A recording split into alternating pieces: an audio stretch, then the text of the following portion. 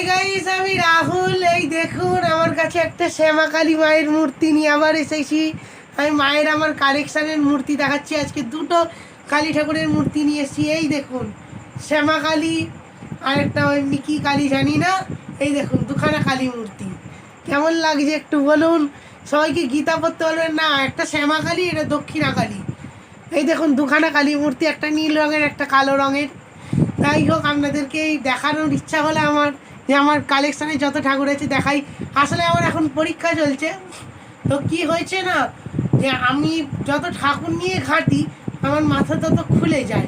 তার জন্য এই দেখুন আমার ঠাকুরের বিগ্রহ কত সুন্দর। এই দেখুন দুখানা মায়ের মূর্তি।